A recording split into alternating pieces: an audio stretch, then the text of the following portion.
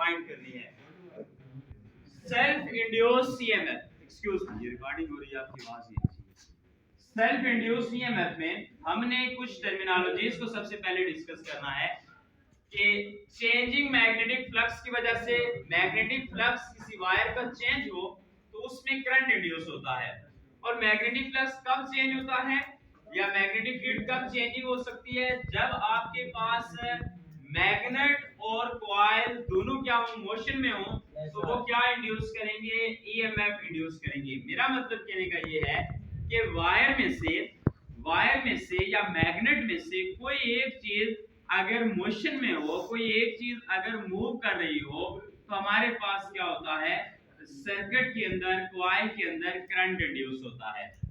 अब आप देखें, आपके पास ये डायग्राम है जिसमें हमने एक कॉइल को जिसमें से करंट पास कर सकता है कनेक्ट किया है एक गैल्वेनोमीटर के साथ, एक बैटरी के साथ और एक रियोस्टेट के साथ। रियोस्टेट आपके पास एक वेरिएबल रेजिस्टर होता है, गैल्वेनोमीटर आपके पास करंट को डिटेक्ट करता है और बैटरी आपके पास वोल्टेज सप्लाई करने के लिए यूज होती है। हम यहां से क्या करेंगे, इसको पोटेंशियल सप्लाई करेंगे।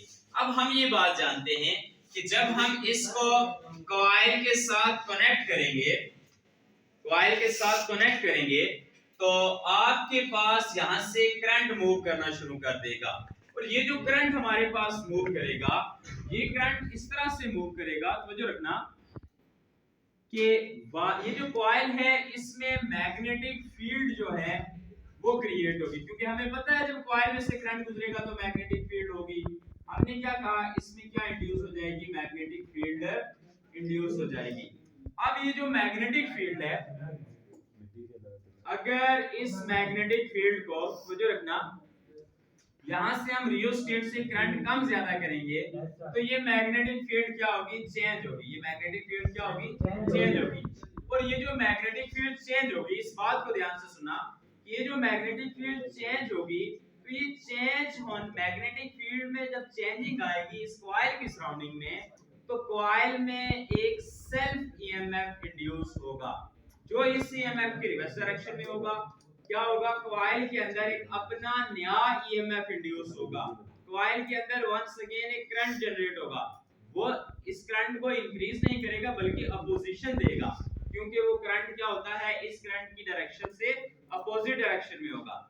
अब हमने ये देखा, बिल्कुल यही बात मैंने इस छोटी डायग्राम में की है, इस कॉइल की सराउंडिंग में अपनी मैग्नेटिक फील्ड बन गई थी, और वो अपनी मैग्नेटिक फील्ड जब चेंज हो रही है तो उसकी वजह से भी करंट इंड्यूस हो रहा है। अगर ये ओरिजिनल करंट इस डायरेक्शन में था तो वो दूसरा करंट वापस इसकी अपोजिट डायरेक्शन में होगा, लेकिन उसकी अमाउंट क्या होगी, कम। हमने ये कहा कि उस ईएमएफ को या उस करंट को हम कहते हैं सेल्फ इंडक्टेंस या induced EMF, self induced EMF. अब हमें जनरल पता है फैराडेज लॉ से, हमने सेल्फ इंड्यूस्ड ईएमएफ क्या करना है, कैलकुलेट करना है। इन कैलकुलेशंस पे आप एक बार फिर फोकस करेंगे। ये मैंने ईएमएफ की इक्वेशन लिखी, फैराडेज लॉ से हमने इस ईएमएफ की इक्वेशन को कैलकुलेट किया था, डिराइव किया था। Epsilon is equal to n delta phi divided by delta t।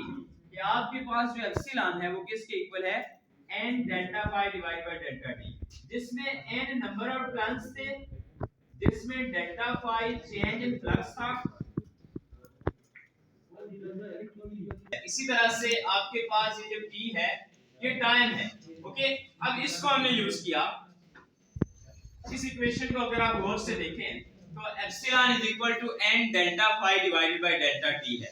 लेकिन एक बात आपने ऑब्जर्व करनी है कॉइल के अंदर कि जब कॉइल में जितना कॉइल में फ्लक्स चेंज होगा, कॉइल में जितना करंट होगा उतना ही फ्लक्स चेंज होगा। करंट बढ़ा देंगे तो मैग्नेटिक फील्ड कॉइल की सराउंडिंग में बढ़ जाएगी, करंट में चेंजिंग बढ़ेगी तो जो मैग्नेटिक फील्ड है सराउंडिंग में वो भी क्या हो जाएगी, चेंज हो जाएगी। अब हमने ये कहा इसके अकॉर्डिंग कि जब आपके पास नंबर ऑफ टर्न्स हो, मतलब n टर्न्स हो, तो उनका जो फ्लक्स चेंज होगा वो डायरेक्टली प्रोपोर्शनल होगा उस कॉइल के अंदर मौजूद जो करंट चेंज हो रहा है, जिसको हम रियोस्टेट से चेंज कर रहे थे। ये आपके पास इक्वेशन नंबर 1 आ गई।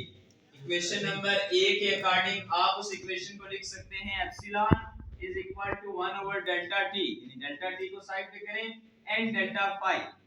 अब आप देखें यहाँ पे हमने क्या कहा कि N delta phi is proportional to current I. So हम इन दोनों इक्वेशंस को यूज करके by putting equation 2 in 1, equation 2 को 1 में पुट करें तो epsilon is equal to 1 over delta T into delta I. Epsilon is directly proportional to delta I divided by delta T. ये इक्वेशन नंबर 3 है।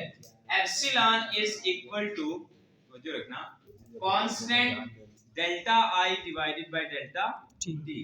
ये जो हमने प्रोपोर्शनलिटी कांस्टेंट खत्म किया, तो प्रोपोर्शनलिटी खत्म की तो उसकी जगह पे हमने क्या लाया, एक कांस्टेंट। अब ये कांस्टेंट कॉइल की सेल्फ इंडक्टेंस होती है जिसको हमने L से रिप्रेजेंट किया। Epsilon is equal to L delta I divided by delta T।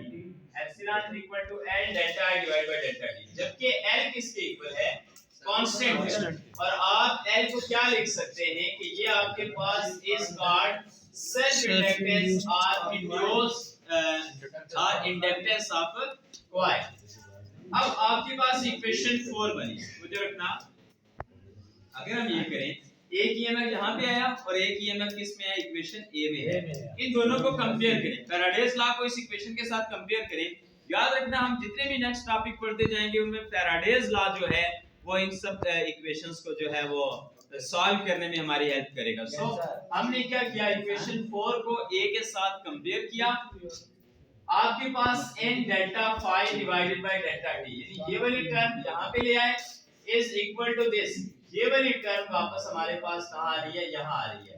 तो डेल्टा t से delta t cancel, n delta phi is equal to l delta i। अगर हमारे पास फ्लक्स में चेंज ना हो रहा हो, कांस्टेंट करंट फ्लो कर रहा हो, तो मैग्नेटिक फील्ड जो है, ये मैग्नेटिक फ्लक्स भी कांस्टेंट रहेगा। हम इसको लिखेंगे n phi is equal to l i। अब यहां से आपके पास l की वैल्यू निकाली जा सकती है, l is equal to n phi divided by i। ये आपके पास क्या आ गई, इंडक्टेंस की इक्वेशन आ गई, l is equal to delta phi divided by delta i। आपने क्या लिखा, L is equal to n phi divided by I। अब एक बात को गौर से सुनना, आपके पास यहाँ पे ये जो डायग्राम नजर आ रही है, ये जो इनसाइड एक मटेरियल है बच्चे, ये फेरोमैग्नेटिक मटेरियल जो है वो कॉइल के अंदर लगाया जाता है, जो कॉइल की मैग्नेटिक फील्ड को इंक्रीज करने में हमारी हेल्प करता है। क्योंकि फेरोमैग्नेट ऐसा मटेरियल होता है जब उस पर इलेक्ट्रिक फील्ड अप्लाई की जाती है तो वो मैग्नेटिक प्रॉपर्टीज शो करता है। दैट्स व्हाई हमने ये कहा कि किसी कॉइल की इंडक्टेंस कौन कौन सी चीजों पे डिपेंड करती है, shape and number of turns. अगर कॉइल के अंदर नंबर ऑफ टर्न्स बढ़ा दिए जाएं, कॉइल के टर्न्स ज्यादा हों, तो आपके पास मैग्नेटिक फील्ड जो है या इंडक्टेंस जो है वो बढ़ जाएगी, वो ज्यादा होगी। दूसरी बात ये, material of the core, core मतलब वो जो कॉइल के इनसाइड हमने मटेरियल रखा है वो कौन सा मटेरियल है। अगर वो आपके पास फेरोमैग्नेट नहीं है, वो कोई और मटेरियल है, तो मैग्नेटिक फील्ड कम इनहांस होगी, सो सेल्फ इंडक्टेंस भी क्या होगी, कम होगी। और लास्ट हमारे पास है कॉइल एरिया एंड लेंथ।